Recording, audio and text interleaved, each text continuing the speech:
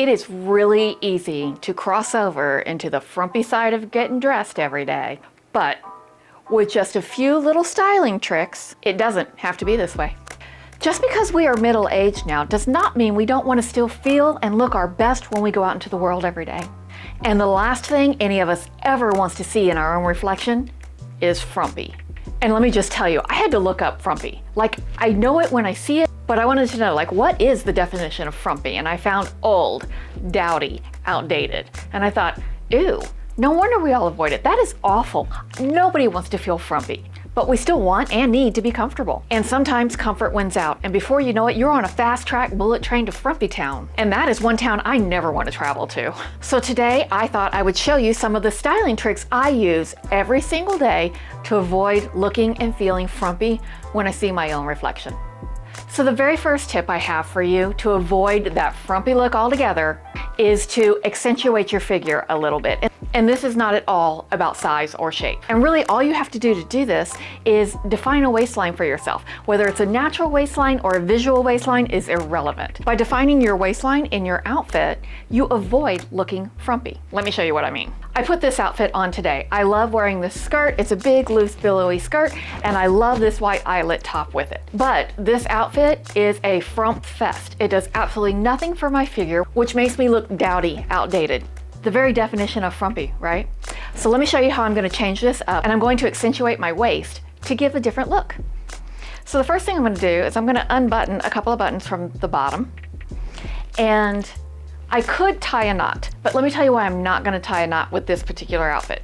This skirt has a tie around the waist, and I don't want a big bulky knot like this up over that tie. It's just too much bulk. So what I'm going to do instead is use this clear elastic hairband. I'm going to cross one side over the other, twist it just the slightest little bit, and I'm going to wrap this hairband around it. This gives me the same effect as a knotted shirt without the bulk that a knot can create in a heavier fabric shirt such as this one. And then the next thing I'm going to do is unbutton a couple of buttons. Now, I'm not unbuttoning enough buttons to feel risque or anything. I'm not showing anything that I'm not comfortable showing. But what I've done is created this waistline, this angle across the middle part of my body. I'm still wearing the exact same clothes, super comfortable, but I'm not done yet, not with this outfit. I can still make this outfit even better by getting rid of these chunky shoes. While I love these shoes and wear them all the time, they are a little bit chunky for this outfit.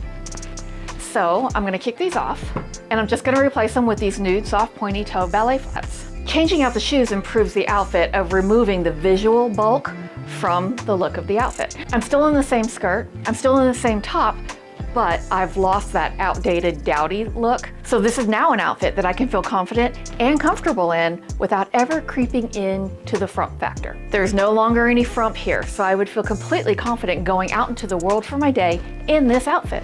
Now in this next outfit, you can really see how either accentuating or creating the look of a waistline in your outfit really helps you to avoid the frump factor. So in this outfit, I'm just wearing a black t-shirt and some barrel leg jeans. They're high-waisted barrel leg jeans.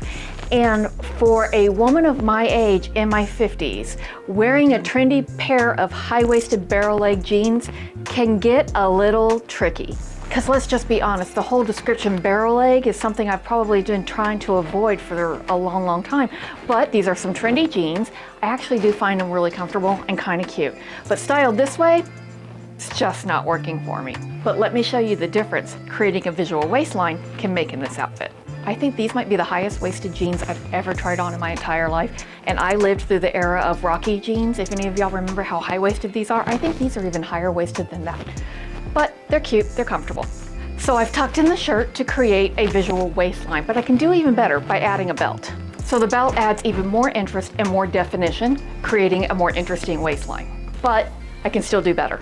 These jeans are not the most flattering length for me, so I'm going to roll up the cuff just a little bit to expose the smallest part of my leg, my ankle, and that will give me an overall longer and leaner appearance. So I'm on the right track here, and I could comfortably leave the outfit right here, but I still feel a little short and stubby.